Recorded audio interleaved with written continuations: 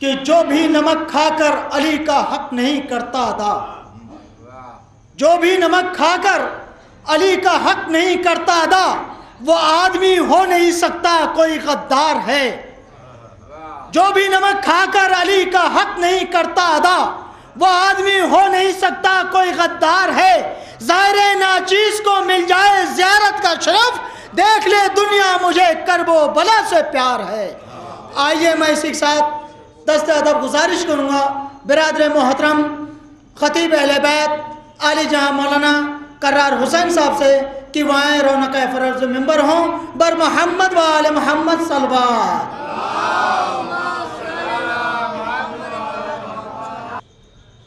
فاتحہ۔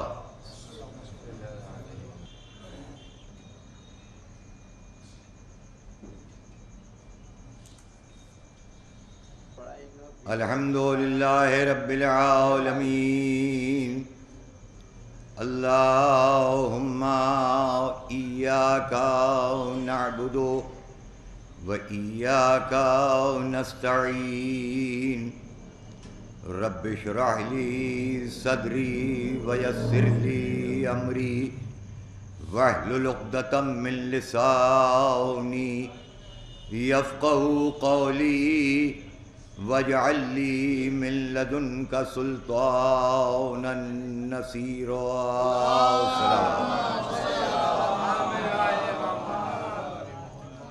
اعوذ باللہ السمیع العلی العظیم من الشیطان اللعین الرجیم، بسم اللہ الرحمن الرحیم۔ الحمد للہ الذی الیہ مسائر الخلق وعواقب الامر، نحمدہ علی نوام فضلہ وامتنانہ ونیر لطفہ وبرہانہ، لم یولد سبحانہ فیکونا فی العز مشارکا، ولم یلد فیکون مورثا ہالکا، ولم یتقدمہ وقت ولا زمان، ولم یتعاورہ زیادۃ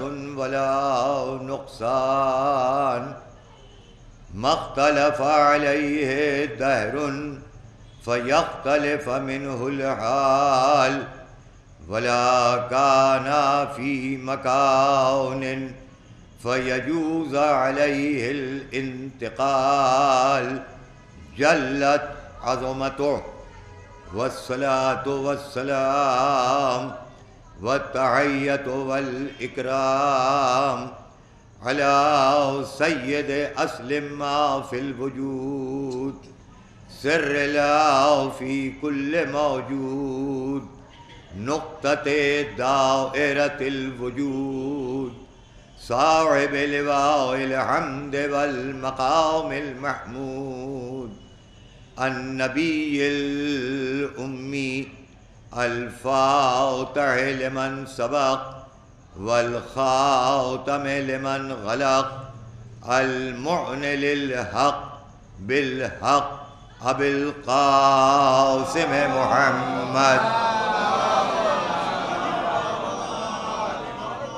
وعلى اہل بیتہ الطیبین الطاہرین المعصومین المظلومین المقتولین المنتجبین الغر المیامین، الذین اذهب اللہ عنہم الرجس وطہرہم تطہیرا۔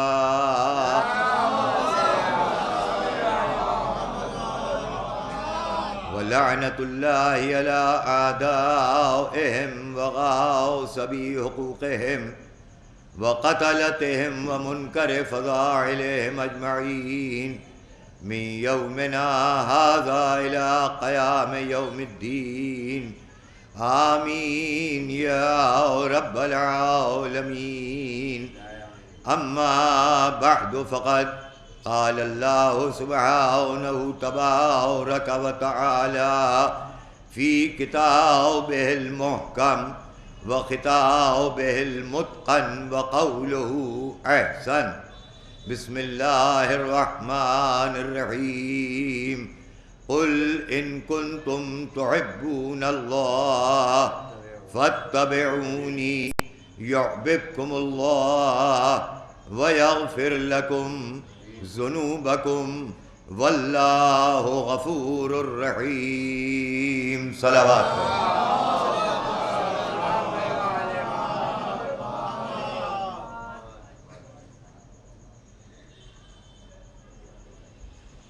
تیسری تقریر بعنوان محبت اہل بیت عبادت ہے. ایک تاریخ کے طالب علم کی حیثیت سے آپ حضرات کی بہترین ذوق سماعت، بالیدہ، پاکیزہ اور سچی فکروں کے حوالے کر رہا ہوں. برادران ایمانی جو حضرات گزشتہ 2 تقریروں میں شریک نہیں ہو سکے، ان کے لیے مجھے 2 جملہ کہنا ہے کہ پروردگار عالم نے انسانوں کو اشرف المخلوقات کا تاج زمردی پہنا کر کے اس کائنات میں بھیجا اور یہ کہا کہ تمہارے لیے میں نے ہدایت کی سبیلوں کو بھی فراہم کر دیا ہے. قبل اس کے کہ انسانوں کی خلقت ہو، ہادیان کرام کا انتظام پہلے کر دیا گیا اور یہ کہا کہ دیکھو اگر ہادی تک تمہیں پہنچنا ہے تو تمہارا بنایا ہوا ہادی اللہ تک تمہیں نہیں پہنچائے گا، غیر اللہ تک تو پہنچا دے گا لیکن اللہ تک نہیں پہنچائے گا. لیکن ہمارے بھیجے ہوئے ہادی کو اگر تم وسیلہ بنا لو گے تو وہ دنیا میں بھی تمہارے کام آئے گا اور عاقبت میں بھی تمہارا کام آئے گا. کل کی تقریر میں نے یہاں پر لا کر کے ختم کیا تھا کہ پروردگار عالم نے خاتم النبیین کو اس کائنات کے اندر مبعوث کر کے بھیجا اور یہ کہا کہ میرے حبیب بھیجنے کا مقصد یہ ہے کہ هو الذی بعث فی الامیین رسولا منہم یتلو علیہم آیاتہ ویزکیہم ویعلمہم الکتاب والحکمہ وان کانوا من قبل لفی ضلال مبین. وہ خدا وہ ہے کہ جس نے ان امیین میں، ان جاہلوں میں ایک کو رسول بنا کر کے بھیجا. یعنی جو آ رہا تھا وہ جاہل نہیں تھا، جن کے بیچ میں بھیجا گیا وہ جاہل تھے. اور مقصد بعثت کیا تھا؟ وَيُزَكِّيهِمْ، تمہارے نفسوں کو پاک اور بے عیب بنائے. اسی وجہ سے اس خالق بے نفس نے ایک رات ایسی آئی جب ایک نفس نفیس کو سلا کر کے یہ پوچھا کہ کیا تم اپنا سونا بیچو گے؟ توجہ چاہ رہا، کیا تم اپنا سونا بیچو گے؟ سونے والے نے کہا کہ بیچوں گا ضرور، لیکن کسوٹی پہ گھس کے دیکھ لے پورا کھرا اترے گا. لیکن یہ بتا کہ قیمت کیا دے گا؟ کا مانگ کیا مانگتا ہے سونے والے؟ کا تیرے خزانے میں بچا ہی کیا جو تو دے گا؟ بے حد توجہ. تیرے خزانے میں بچا کیا جو تو دے گا؟ علم تھا تو نے آدم کو دے دیا، تقویٰ تھا تو نے نوح کو دے دیا، خلت تھی تو نے خلیل کو دے دی، عظمت تھی تو نے ذبیح کو دے دی، لہن تھا تو نے داؤد کو دے دیا، صبر تھا تو نے ایوب کو دے دیا، طاقت تھی تو نے خضر کو دے دی، دم تھا تو نے عیسیٰ کو دے دیا، بلندی تھی تو نے مصطفیٰ کو دے دیا. اب تیرے پاس بچا کیا؟ کہا اچھا تو مانگ کیا مانگتا ہے؟ کہا ایسا کر کے تو اپنی مرضی دے دے بطور بیانہ، ایڈوانس، اپنی مرضی دے دے، باقی جو بچے گا میں نہ رہوں تو میری اولادوں کو دے دینا۔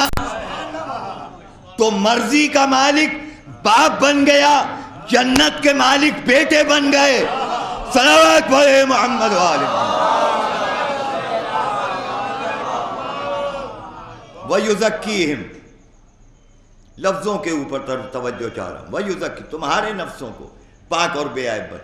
وَيُعَلِّمُهُمُ الْكِتَابَ وَالْحِكْمَةَ، اور تمہیں کتاب و حکمت کی تعلیم عطا کرے۔ وَإِنْ كَانُوا مِنْ قَبْلُ لَفِي ضَلَالٍ مُبِينٍ، اور تمہیں گمراہی سے نکال کر کے اجالے کی طرف لا کر کے کھڑا کر دے گا۔ مقصد بعثت یہ تھا۔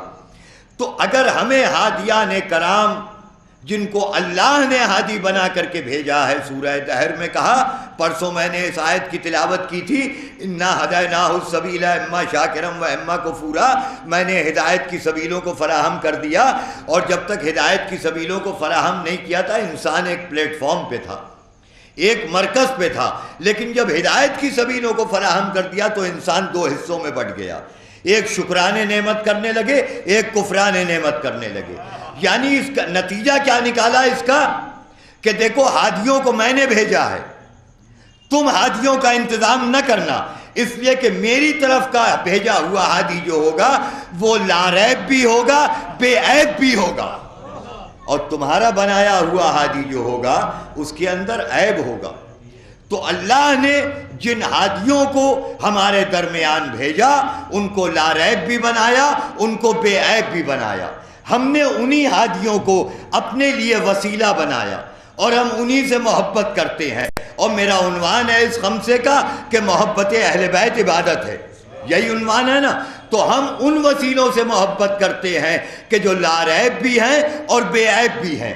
ابھی زیادہ دن نہیں گزرا ہے، ہر مسلمان عید الاضحیٰ کا تہوار مناتا ہے، عید الاضحیٰ کا تہوار مناتا ہے، سنت ابراہیم کے اوپر عمل کرتا ہے، اس لیے کہ ابراہیم نے خواب میں دیکھا تھا، بسم اللہ الرحمن الرحیم، فلما بلغ معه السعي قال يا بني إني أرى في المنام أني أذبحك فانظر ماذا ترى قال يا أبت افعل ما تؤمر ستجدني إن شاء الله من الصابرين قال وتله للجبين وناديناه أن يا إبراهيم قد صدقت الرؤيا إنا كذلك نجزي المحسنين إن هذا لهو البلاء المبين وفديناه بذبح عظيم وتركنا عليه في الآخرين سلام على إبراهيم۔ یہ ابراہیم بڑھاپے میں دعا کر رہے ہیں، بڑھاپے میں دعا کر رہے ہیں ابراہیم کہ پروردگار رب حبلی من الصالحین، پالنے والے ایک بیٹا تو عطا کر دے تاکہ میرے یقین کا امتحان تو ہو جائے، اس لیے کہ بے یقینی کے لاکھ سجدے شیطان بنا دیا کرتے ہیں اور یقین کا ایک سجدہ حسین بنا دیا کرتے ہیں۔ صلوات پڑھے محمد والے۔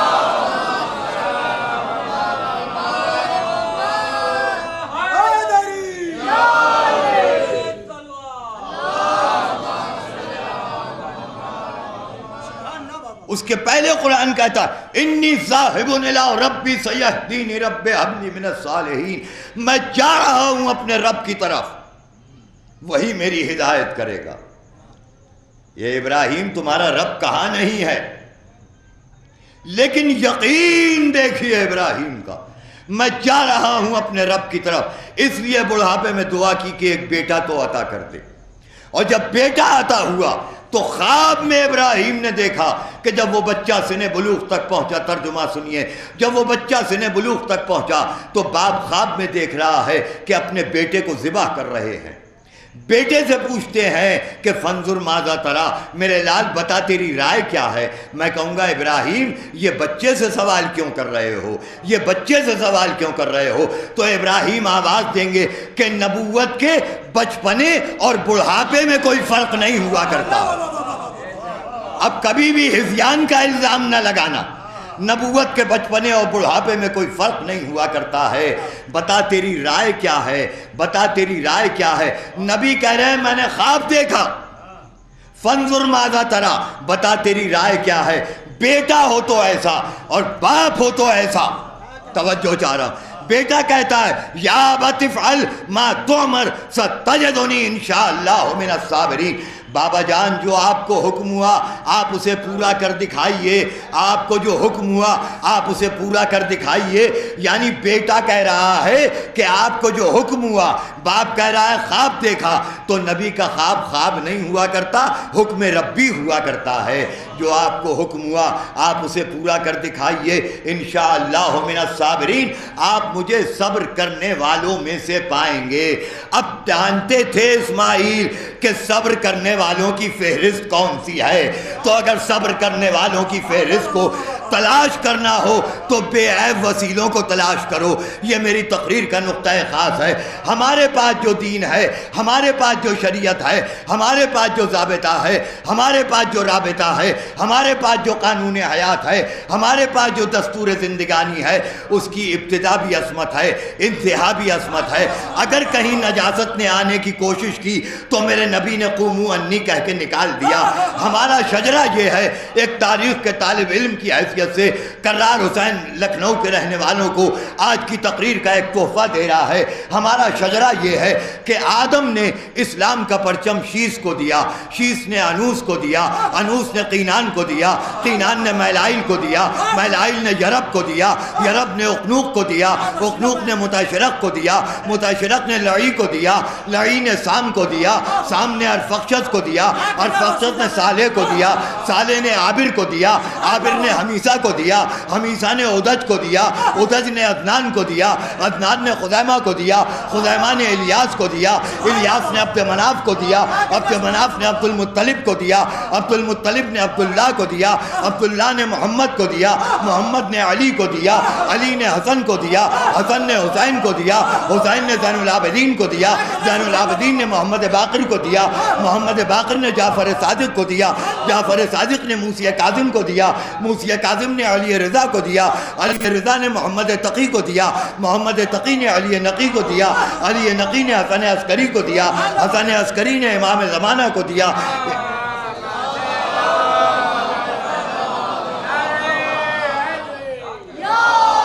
امام زمانہ نے اپنے چاروں نائبین کو دیا، انہوں نے شیخ صدوق کو دیا، شیخ مفید کو دیا، کنتوری کو دیا، بروجردی کو دیا، محسن حکیم کو دیا، گل پائگانی کو دیا، شریعت مداری کو دیا، خمینی کو دیا، خوئی کو دیا۔ آج اسلام کا پرچم سیستانی کے ہاتھ میں ہے۔ بتائیے آپ کا شجرہ کیا ہے؟ صلوات پڑھے محمد۔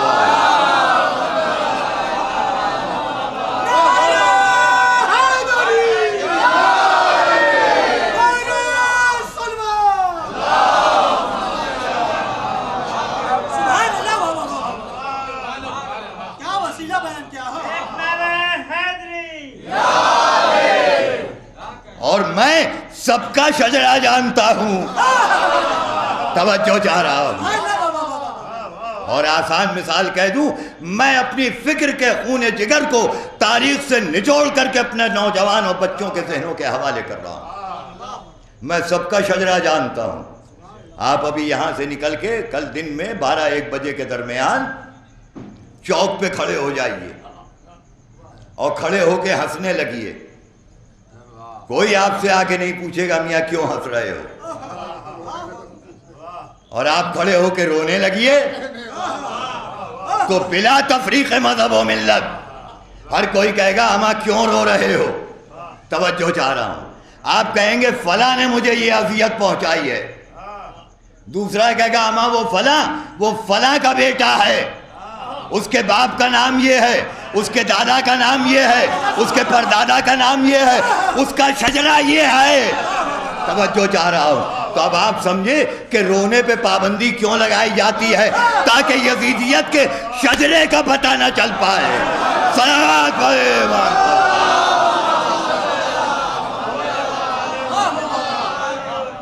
ایک اور بار آواز بلند صلوات۔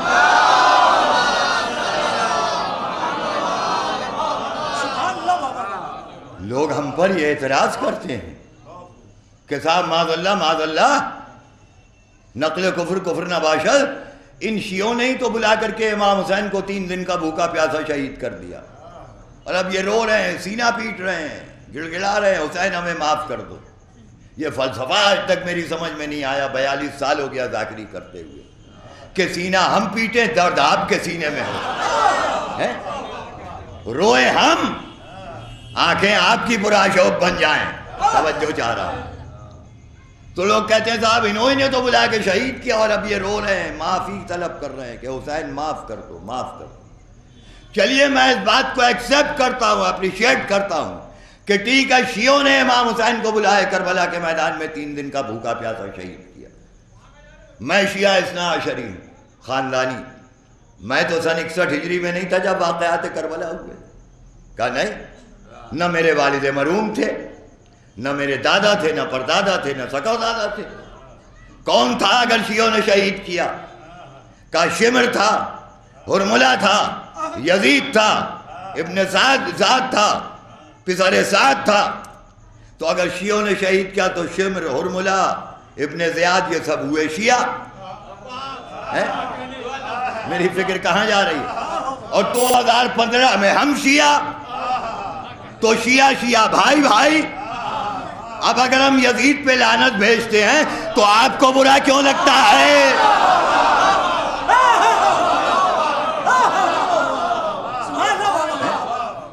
آپ کو برا لگنا خود اس بات کی دلیل ہے کہ آپ یزید والے حسین والے نہیں ہیں۔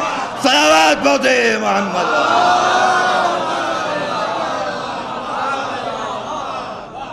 جس کے لیے ایک شاعر یہ کہتا ہے کہ ہم فقط قاتل شبیر کو کہتے ہیں برا، رنگ کیوں آپ کے چہرے کا اتر جاتا ہے؟ تو اسی وجہ سے تو رونے پہ پابندی ہے۔ تو میں یہ عرض کر رہا تھا کہ وسیلے کا، شجرے کا بے عیب ہونا ضروری ہے۔ تو ہر سال مسلمان عید الاضحیٰ مناتا ہے، سنت ابراہیمی کے اوپر عمل کرتا ہے، اور بازار جاتا ہے اور ایک تندرست اور توانا بکرا خرید کے لاتا ہے، دیکھ لیتا ہے اس کے ظاہر میں کوئی عیب تو نہیں ہے، کان کٹا ہوا تو نہیں ہے، ایک آنکھ سے کانا تو نہیں ہے، پاؤں سے لنگڑاتا تو نہیں ہے، جسم پر کوئی چوٹ کا نشان تو نہیں ہے۔ اما یہ سب کیوں تلاش کر رہے ہو؟ کہا اس لیے کہ یہ اللہ اور بندے کے درمیان وسیلہ ہے۔ توجہ چاہ رہا ہوں، ہائے ہائے کیا کہہ رہا ہوں، میری فکر کہاں جا رہی ہے دوستو؟ کہ یہ اللہ اور بندے کے درمیان وسیلہ ہے۔ والیان حیدر کرار کا مجمع ہے، تو اگر بکرا اگر بکرا بھی وسیلہ بنے تو اس کا بے عیب ہونا ضروری ہے۔ اور آپ لے کر کے آ گئے، دیکھ لیا کہ ظاہر میں کوئی عیب نہیں ہے، اور اب قربانی کا وقت قریب آیا، قصاب آ گیا، ہاتھ میں چھری لی، انی وجہت وجہی للذی پڑھنا شروع کر دیا، قبلہ رخ بھی لٹا دیا۔ جس سے خرید کے لائے تھے وہ دوڑتا ہوا آیا، کہ رک جائیے، اس کی قربانی قابل قبول نہیں ہے۔ کہا ہم تو اس کی قیمت دے کے آ رہے ہیں، پھر اس میں کیا ہے؟ کہا اس کے اندر عیب ہے۔ کہا ہم تو دیکھ کے لائے ہیں، ظاہر میں کوئی عیب نہیں ہے۔ کہا تم نے ظاہر دیکھا ہے نا، باطن وہ بتائے گا جس کے گھر میں یہ بکرا پیدا ہوا۔ توجہ چاہ رہا ہوں، جس کے گھر میں یہ بکرا پیدا ہوا۔ آپ نے کہا جلدی بتاؤ اس کے باطن میں کیا عیب ہے؟ کہا جب یہ پیدا ہوا تو اس کی ماں مر گئی تھی، میرے گھر میں کتیا پلی ہوئی تھی، میں نے اس کا دودھ پلا کے اس کو پالا ہے۔ آپ نے کہا آج کے اس کے موٹے اور فربے ہونے کو کیا کریں، اس کی ابتدا تو نجاست میں گزری ہے۔ ہم بھی تلاش کرتے ہیں کہ کون کب ایمان لایا،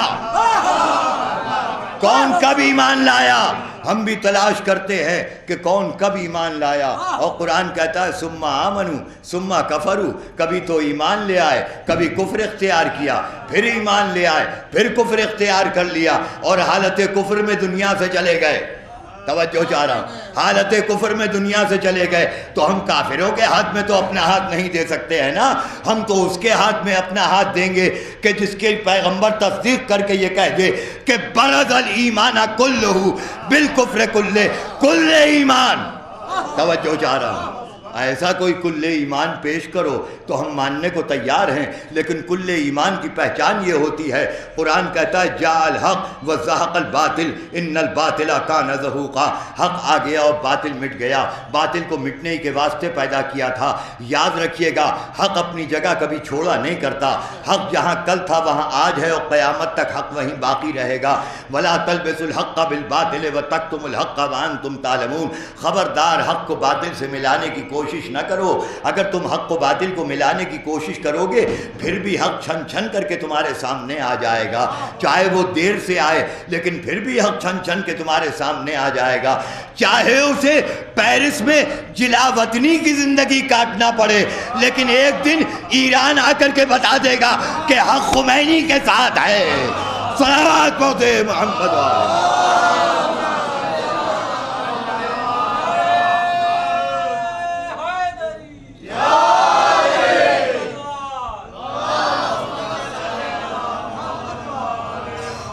حق اپنی جگہ چھوڑا نہیں کرتا۔ اب ایک واقعہ سن لیجئے، اسی کے اوپر جو ہے وہ انشاءاللہ پھر وہی عنوان آ جائے گا۔ میرا مولا علی ایک راستے سے کھڑا ہوا اور ایک شخص جانے والا علی کے قریب آیا۔ دیکھیے حق کسے کہا جاتا ہے اور باطل کسے کہا جاتا ہے، اور کہا اے ابو طالب کے بیٹے علی، اتنا بتاؤ کہ آج میری قسمت میں کیا ہے۔ میں کہوں گا قسمتوں کا حال معلوم کرنا ہے دربار خلافت میں جاؤ۔ ہم تو کبھی جھنجلا کے یہ کہہ دیتے ہیں کہ یا علی جو تمہارا مخالف ہے تم اس کی مدد کو کیوں آتے ہو، لیکن علی کہیں گے کہ میں مشکل کشا ہوں، میں مشکل کشا ہوں۔ یا علی میری قسمت میں کیا ہے؟ علی کہتے ہیں سن، تو اپنی جیب میں ہاتھ ڈال، تجھے ایک ڈبیا ملے گی، اس ڈبیا کو کھول، تجھے ایک دانہ چاول کا ملے گا، اس کو مظہر العجائب کہا جاتا ہے۔ جیب میں ہاتھ ڈالا ڈبیا ملی، ڈبیا کھولا ایک دانہ چاول کا ملا۔ کہا یا علی اس کا کیا مطلب؟ کہا تو نے سوال کیا تھا نا میری قسمت میں کیا ہے، تو سن تیری قسمت میں آج کھیر ہے، کھیر ہے، چاول کی کھیر بنائی جاتی ہے دودھ ملا۔ کہا تیری قسمت میں کھیر۔ کہا اچھا ایسی بات ہے۔ سن کر کے آگے بڑھا، اپنے گھر پہنچا۔ اب جس کو ضرورت ہو تاریخ میں پڑھے۔ زوجہ سے کہا، بیوی سے کہا کہ بھوک لگی ہے کھانا کھلاؤ، اس نے جو بنایا تھا لا کے رکھ دیا، دیکھا تو کھیر موجود ہے۔ کہا تجھ سے کھیر بنانے کے لیے کس نے کہا تھا؟ کہا کسی نے نہیں تھا، دل میں آیا کھیر بناؤ تو بنا لیا۔ تھا بڑا غصے پر، کہا اٹھا لے میں نہیں کھاؤں گا۔ نکل گیا، گھر سے باہر گیا، ایک دوست کے گھر پہنچا، کہا بھائی مجھے بھوک لگی ہے۔ بھوکا پرانا تھا، نہ جانے کتنوں کا ایمان کھا چکا، پھر بھی شکم سیر نہ ہوا۔ دوست نے جو کچھ بنایا تھا لا کر کے رکھ دیا، دیکھا تو وہاں بھی کھیر موجود ہے۔ بس اب والیان حیدر کرار کا مجمع، ایک جملہ آپ کے حوالے کر رہا ہوں، یہ جگہ جگہ کھیر نہیں تھی، قول علی دسترخوان کے اوپر جمع تھا۔ کہا اٹھا لے نہیں کھاؤں گا۔ ملک حبش پہنچا۔ حبشی بڑے علی کے چاہنے والے ہوتے ہیں، اور ان کا طریقہ ہوتا ہے کہ وہ ایک بڑی لگن میں جو ہے جو کچھ بھی بنتا ہے ان کے یہاں پکایا جاتا ہے اس میں نکال لیتے ہیں، اور بڑے بڑے چمچوں سے اسے کھایا کرتے ہیں بیٹھ کے ایک ساتھ، اور بڑی مہمان نواز قوم ہوتی ہے یہ حبشی جو ہے۔ انہوں نے دیکھا کہ ایک بھوکا مسافر پردیسی گزر رہا ہے تو آواز دی، اے جانے والے، معلوم یہ ہوتا ہے کہ تو مسافر ہے، پردیسی اور بھوکا بھی ہے، آ بیٹھ جا میرے ساتھ کھانا کھا لے۔ آ کر کے بیٹھ گیا، انہوں نے جو کچھ بنایا تھا لا کر کے رکھ دیا لگن میں، دیکھا تو وہاں بھی کھیر موجود ہے۔ دیکھیے حق اپنی جگہ سے نہیں ہٹتا، باطل ہٹا کرتا ہے، ذہن میں رکھیے گا۔ دیکھا وہاں بھی کھیر موجود ہے، خاموش بیٹھا رہا۔ حبشیوں نے کہا کھاتے کیوں نہیں ہو؟ کہا نہیں میں کھیر نہیں کھاؤں گا۔ کہا کیوں؟ کہا اس وجہ سے کہ وہ مدینے میں ایک علی نام کا بہادر انسان رہتا ہے نا، آج اس نے صبح صبح کہہ دیا ہے کہ فلاں ابن فلاں آج تیری قسمت میں کھیر ہے، اور آج علی کے قول کو جھٹلا کر کے دکھانا ہے۔ جب انہوں نے دیکھا کہ یہ علی کا مخالف معلوم ہوتا ہے تو پکڑی داڑھی، اٹھایا کھیر بھرا چمچہ، کہا کھیر بھی کھاؤ مار بھی کھاؤ۔ اب جو کھا کر کے منہ پوچھتا ہوا وہاں سے چلا تو دیکھا علی وہی موجود ہے جہاں اس وقت موجود تھے۔ حق اپنی جگہ سے ہٹا نہیں کرتا جب تک کہ باطل شرمندہ نہ ہو جائے۔ ہم کیسے مجلسوں کو بند کر دیں جب تک کہ یزیدیت شرمندہ نہ ہو جائے۔ صلوات پڑھتے محمد والے۔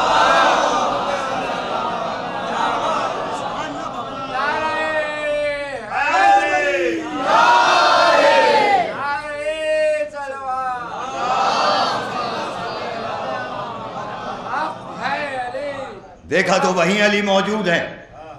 اب سوچا کہ علی کی نظروں سے بچ کے نکل جاؤ۔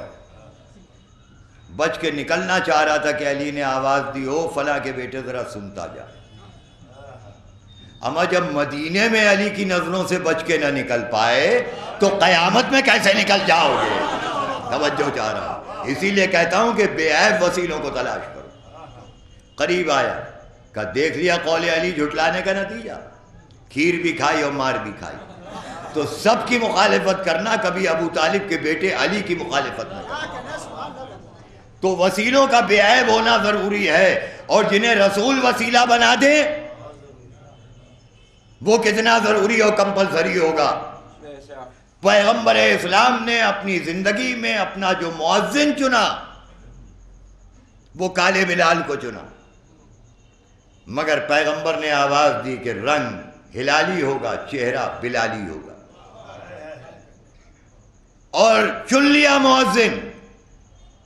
اور اب ایک دن لوگوں نے اجماع کر کے یہ سوچا، فیصلہ کیا کہ یہ روزانہ کالا بلال اذان دیتا ہے، آج اسے روک دیا جائے اور کسی گورے چٹے سے اذان دلوائی جائے۔ سپیدی صبح ہونے والی تھی، بلال گلدستہ اذان پہ جا رہے تھے۔ لوگوں نے کہا بلال رک جاؤ، آج تم اذان نہیں دو گے، ہم جسے چنیں گے مؤذن وہ اذان دے گا۔ میں کہوں گا بلال آستینیں الٹ لو، اس لیے کہ مؤذنی تمہارا حق ہے، تمہیں رسول نے چنا ہے۔ بلال آواز دیں گے اسلام دہشت گردی کا مذہب نہیں ہے، اگر تمہارا حق ہے تو تمہیں مل جائے گا، فساد برپا نہ کرو۔ بلال خاموش۔ لوگوں نے گورے چٹے کو چنا کہ آج اذان صبح تم دو گے۔ بظاہر انگریز دکھائی دے رہا تھا مگر بباطن رنگریز تھا۔ گلدستہ اذان پہ گیا، اذان دی، اذان ختم ہو گئی۔ لوگ انتظار کر رہے ہیں کہ اب رسول اللہ نماز پڑھانے آئیں گے، اب نماز پڑھانے آئیں گے، اب نماز پڑھائیں گے۔ پوری ذمہ داری کے ساتھ کرار حسین تاریخ عالم و آدم کو چیلنج کر رہا کہ وقت رکا رہا، وقت تھما رہا، اس لیے کہ رسول کے چنے ہوئے مؤذن کو بدلا تھا۔ اب ہم سے نہ پوچھنا کہ قیامت کب آئے گی۔ بلال خاموش۔ لوگوں نے یہ سوچا کہ شاید پیغمبر اسلام نے اذان کی آواز نہیں سنی ہے، اپنے جیسا سمجھانا کہ جیسا ہم سنتے ہیں ویسے ہی نبی سنتے ہیں، اما ہم اس کو نبی مانتے ہیں کہ جو فرش پہ بیٹھ کے عرش سے گفتگو کیا کرتا ہے، وہ ہے میرا نبی۔ تو لوگوں نے کہا کہ جا کر کے نبی کو بلا کے لاؤ۔ لوگ گئے، دق الباب کیا، اللہ کے رسول اذان ہو چکی مگر آپ نماز پڑھانے نہیں آئے۔ میری تقریر کے سننے والوں، نبی نے جواب کیا دیا؟ مگر میرے بلال نے تو اذان نہیں دی۔ نتیجہ نکال رہا ہوں، مگر میرے بلال نے تو اذان نہیں دی، مجبور ہو کے بلال سے اذان دلوانا پڑی۔ تو نبی نے اپنی زندگی میں یہ فیصلہ کر دیا کہ اگر میرے چنے ہوئے مؤذن کو بدلو گے تو میں نماز پڑھانے کو تیار نہیں،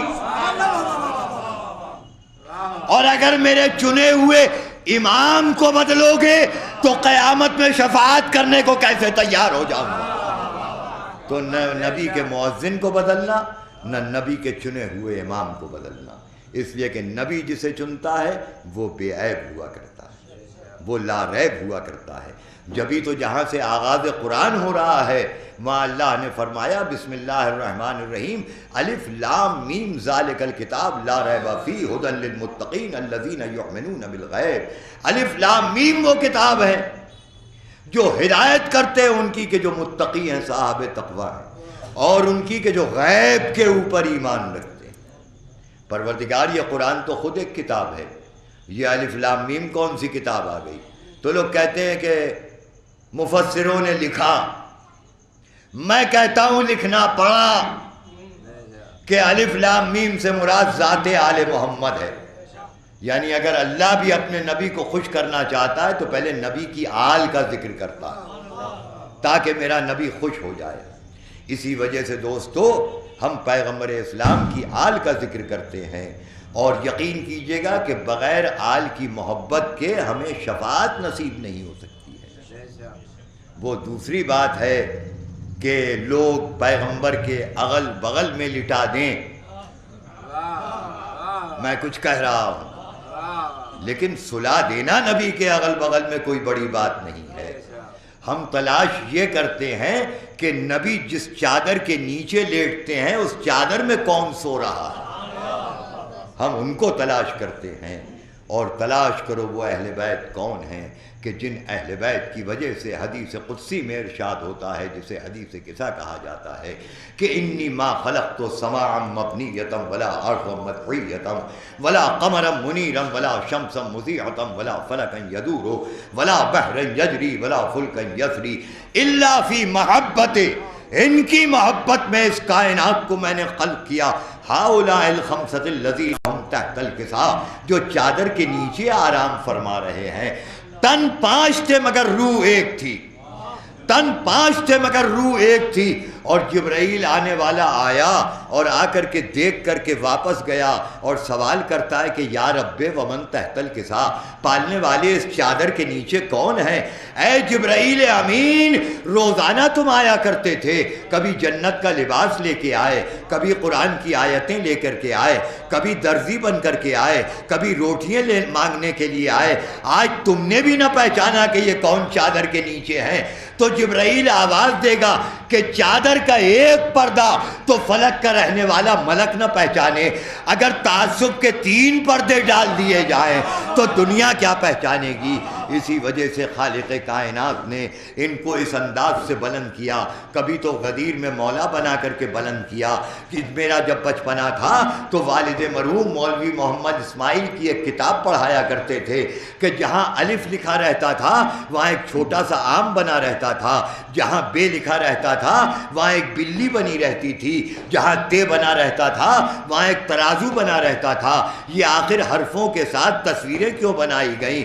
تو نتیجہ یہ نکالا گیا کہ اگر کوئی کن ذہن طالب علم اور بچہ ہے اور حرفوں کو بھلا دے تو تصویریں دیکھ کر کے حرف تو یاد آ جائیں۔ یہی انتظام پیغمبر نے کیا تھا کہ من کنت مولا فہذا، یہ تصویر بھی دیکھ لو اور نام بھی پہچان لو۔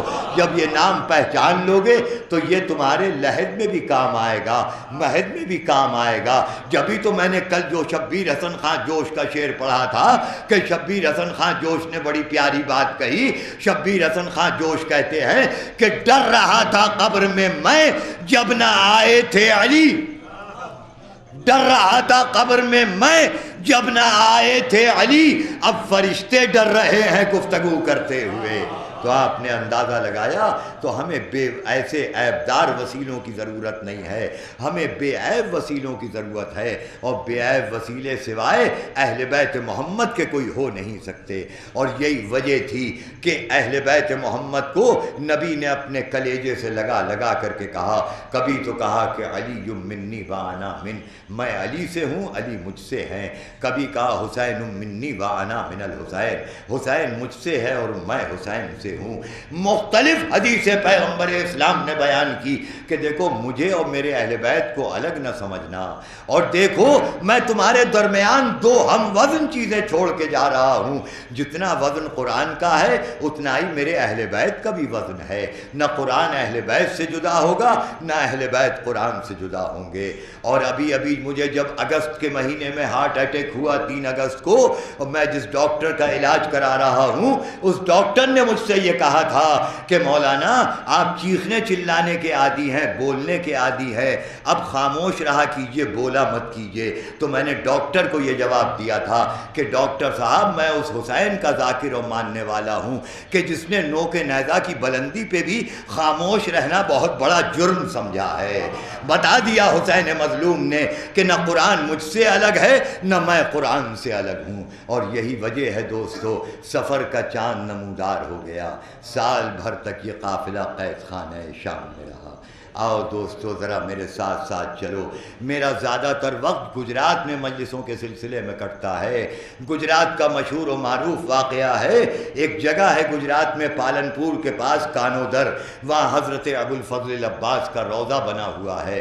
خدا آپ کو بھی زیارت کی توفیق عطا کرے، آپ جا کر کے دیکھیے گا اور یہ واقعہ معلوم کر لیجئے گا۔ فاطمہ زہرا نے عباس کو اپنا بیٹا کہا ہے، عباس کو اپنا بیٹا کہا ہے۔ ام البنین نے یہ وعدہ لیا تھا عباس سے کہ حسین کو کبھی بھائی نہ کہنا، لیکن وقت آخر جب حسین نے کہا ہے کہ عباس ایک مرتبہ بھائی کہہ دو، تو عباس نے کہا تھا اماں سے وعدہ کر چکا ہوں۔ تو ایک مرتبہ شہزادی زہرا قریب تشریف لائی، کہا عباس تم ام البنین کے لال نہیں ہو، فاطمہ زہرا کے لال۔ بس دوستو آج یہ تیسری مجلس ہو رہی ہے، مجھ سے میرے ایک بھائی نے فرمائش کیا غازی عباس کی شہادت کے سلسلے میں۔ تو گجرات کا مشہور و معروف واقعہ ہے جہاں پہ عباس کے نام کا روضہ بنا ہوا ہے، غازی کے نام کا روضہ بنا ہوا ہے۔ وہاں ایک ہندو لڑکی رہا کرتی تھی، اس کا طریقہ یہ تھا کہ روزانہ غازی عباس کے روضے پہ جاتی تھی، چراغ بتی جلا دیا کرتی تھی اور دعا کر کے آ جاتی تھی۔ جب اس کی شادی ہو گئی اپنے سسرال چلی گئی، کئی دن کے بعد واپس جب میکے آئی تو اپنی ماں سے یہ کہتی ہے کہ اماں مجھے غازی عباس کے روضے پہ لے کر کے چلو، میں غازی عباس کے روضے کی زیارت کر کے آؤں گی۔ رات کا اندھیرا ہو رہا تھا، ماں نے کہا بیٹی یہ قیمتی زیورات جو پہنے ہوئے ہیں انہیں اتار دے، کہیں ایسا نہ ہو کہ رات کے اندھیرے میں ڈاکو یہ زیورات چھین لیں تو میں تیرے سسرال والوں کو کیا جواب دوں گی، میں ذلیل اور رسوا ہو جاؤں گی۔ ہندو لڑکی تھی، مسلمان نہیں تھی۔ کہا ماں میں اس غازی کی ماننے والی ہوں جو کسی کو ذلیل اور رسوا نہیں کیا کرتا ہے۔ ماں نے ہر چند سمجھایا لیکن بچی نہ مانی، غازی کے روضے پہ جانے لگی۔ راستے میں ڈکیت ملے، ڈاکو ملے، کہا اتار دے ان زیورات کو۔ خاموشی سے اس بچی نے زیورات کو اتار دیا۔ غازی عباس کے روضے پہ آئی، جالیوں کو پکڑا، کہا غازی میں مسلمان نہیں ہوں، میں ہندو ہوں، مگر میری ماں مجھے تانا دے رہی ہے کہ میں ذلیل اور رسوا ہو جاؤں گی۔ غازی میں تم سے محبت کرتی ہوں، غازی تمہارے آقا سے بھی محبت کرتی ہوں، غازی میرے زیورات واپس ہو جائیں۔ یہ دعا کر کے جب چلنے لگی تو راستے بھر ماں تانا دیتی ہوئی آئی کہ دیکھ میں کہتی تھی نا کہ ڈاکو زیورات لوٹ لیں گے، بتا میں تیرے سسرال والوں کو کیا جواب دوں گی۔ لیکن ذرا یقین دیکھیے محبت اہل بیت و غازی کا۔ بچی یہ کہتی ہے اماں مجھے غازی کی ذات پہ بھروسہ ہے، غازی میرے زیورات واپس کرے گا۔ گھر آ کر کے ماں بیٹی بیٹھ گئیں، کسی نے دق الباب کیا اور وہ زیورات واپس کیے۔ جب زیورات لے کر کے آئی تو ماں یہ کہتی ہے بیٹی ذرا پلٹ کر کے جا اور آنے والے سے پوچھ کہ آنے والے اتنا بتا کہ تیرا نام کیا ہے، اور اگر یہ کہے کہ عباس تو کہنا دونوں ہاتھوں کو بڑھا دو تاکہ میں بوسہ دے لوں۔ ایک مرتبہ بچی واپس گئی اور جا کر کے کہا آنے والے تیرا بڑا احسان ہے کہ تو نے میرے زیورات پہنچا دیے، یہ بتا کہ تیرا نام کیا ہے۔ آنے والا یہ کہتا ہے کہ اے میری چاہنے والی تو نے مجھے پہچانا نہیں، مجھے ہی تو عباس کہا جاتا ہے۔ جب اتنا سنا تو ایک مرتبہ وہ ہندو بچی یہ کہتی ہے کہ اگر آپ ہی کا نام عباس ہے تو اپنے دونوں ہاتھوں کو بڑھا دیجئے تاکہ میں دونوں ہاتھوں کا بوسہ دے لوں۔ ایک مرتبہ آواز آتی ہے، میری چاہنے والی، ارے میرے دونوں ہاتھ تو فرات کے کنارے قلم ہو چکے، اجرکم علی اللہ جزاکم ربکم۔ اسی طریقے سے گجرات کا واقعہ ہے کہ ایک مقام کے اوپر 8 محرم الحرام کو ایک ضعیفہ رہا کرتی تھی، ہر سال حضرت عباس کی حاضری سجا کر کے نظر دیا کرتی تھی اور دروازے پہ بیٹھ جایا کرتی تھی کہ جب کوئی ادھر سے گزرتا تھا تو اسے بلاتی تھی کہ آؤ غازی عباس کی حاضری کی نظر ہے، آ کر کے دے دو۔ ایک سال جب 8 محرم آئی، غازی کا علم سجایا، علم میں مشق نصب کر دی، حاضری سجا دی اور اس کے بعد میں دروازے پہ بیٹھ گئی۔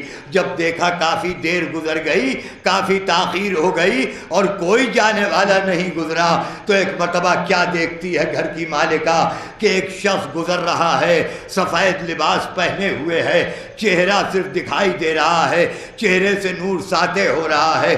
آواز دی ہے جانے والے شیخ آ جا، میرے گھر میں عباس کی حاضری ہے، آ کر کے نظر دے دے۔ ایک مرتبہ آنے والا آیا اور آ کر کے نظر دے دی۔ گھر کی مالکہ یہ کہتی ہے، اے آنے والے، یہ نظر تو صحیح نہیں ہوئی، اس لیے کہ اب تک جو بھی نظر دیتا تھا وہ دونوں ہاتھوں کو اٹھا کر کے نظر دیا کرتا تھا، تو نے تو ہاتھ اٹھائے نہیں، یہ نظر کیسے ہو گئی؟ کہا میری چاہنے والی، ارے تو نے پہچانا نہیں، میرا نام عباس ہے، میرے دونوں ہاتھ تو فرات کے کنارے قلم ہو چکے۔ اجرکم علی اللہ جزاکم ربکم۔ ماشاءاللہ گریے کی آوازیں بلند ہوئیں، خدا ان آوازوں پہ رحمت نازل کرے۔ ہاں عزاداران امام مظلوم کربلا، ایک وہ وقت آ گیا کہ غازی جانتے تھے کہ آقا حسین ہمیں اجازت نہ دیں گے، اور جب بچوں کی الاتش الاتش کی صدا بلند ہوئی تو جناب سکینہ کے قریب پہنچے۔ کہا سکینہ بی بی ایسا کرو، میں تمہیں بتا رہا ہوں، یہ اپنی سوکھی ہوئی مشک لو، آؤ میری گود میں آ جاؤ۔ سکینہ کو گود میں لیا، سوکھی ہوئی مشک لی، حسین کی خدمت میں آئے۔ حسین نے دیکھا اور دیکھ کر کے یہ کہا، عباس میں سمجھ گیا عباس، ہاں اگر جانا چاہتے ہو تو بچوں کے لیے پانی کا انتظام کرنا۔ حسین نے پانی کے انتظام کے لیے کہا تھا۔ سکینہ کی سوکھی ہوئی مشک لی، فرات کے قریب پہنچے۔ فرات کے قریب پہنچنا تھا کہ مشک سکینہ کو تر کیا۔ جملہ سنو، دفتر مصاحب ہے، آپ نے علماء سے سنا ہوگا، حضرت عباس نے چلو میں فرات کا پانی لیا اور ایک مرتبہ چلو کا پانی فرات میں ڈال دیا۔ آپ نے اندازہ لگایا ایک چلو پانی میں، میرا عقیدہ یہ کہتا ہے کہ نہ جانے حضرت عباس کو کیا کیا نظر آیا۔ شاید سید سجاد کی ہتھکڑیاں نظر آئی ہوں گی، شاید سجاد کی بیڑیاں نظر آئی ہوں گی، شاید سجاد کا طوق نظر آیا ہوگا، شاید بچوں کی پیاس کی آوازیں سنائی دی ہوں گی۔ چلو کا پانی پھینک دیا، مشک سکینہ میں پانی لیا اور فرات سے نکلے، اور نکلنے کے بعد ایک شاعر یہ کہتا ہے کہ 2 معرکے تا حشر نہ بھولے گا زمانہ، خیبر کی طرف حیدر کرار کا جانا اور مشکیزہ لیے نہر پہ عباس کا آنا۔ وہ باپ کا قصہ تھا، یہ بیٹے کا فسانہ۔ اور ایک مرتبہ عباس لے کر کے چلے مشک سکینہ میں پانی، گھوڑے پہ سوار ہوئے، چاہتے ہیں کہ کسی طریقے سے پانی پہنچ جائے۔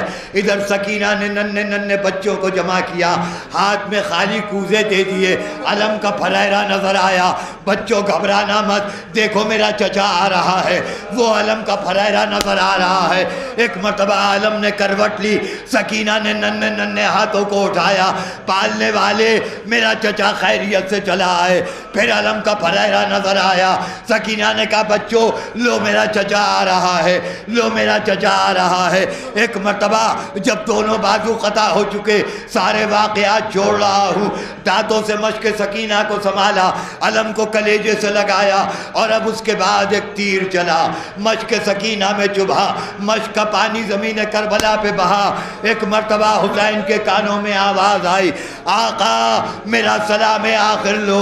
حسین حسین خیمے سے نکلے یہ مرثیہ پڑھتے ہوئے یا خا یا عباسا الان قتل زہری وقلت حیلتی، اے بھیا عباس تمہارے مرنے سے حسین کی کمر ٹوٹ گئی۔ حسین پہنچے ایک مرتبہ 34 سال کے بھائی کا لاشا، 34 سال کے بھائی کا لاشا، اب کیسے ایک بھائی بھائی کی میت کو اٹھائے، ایک بھائی بھائی کی میت کو اٹھائے۔ ایک مرتبہ حسین نے آواز دی آؤ بچوں عباس کا جنازہ ہے۔ حسین نے ہاتھ میں علم لیا، علم کا پھریرا نظر آیا، سکینہ نے دیکھا کہا لو میرا چچا آ گیا۔ اب جب بابا کو دیکھا تو سکینہ آگے بڑھی، اے بابا ارے میرا چچا کہاں رہ گیا، میرا چچا کہاں رہ گیا۔ حسین نے سکینہ ہاتھ رکھا، سکینہ نے رو کے کہا اے چچا اب سکینہ پانی نہیں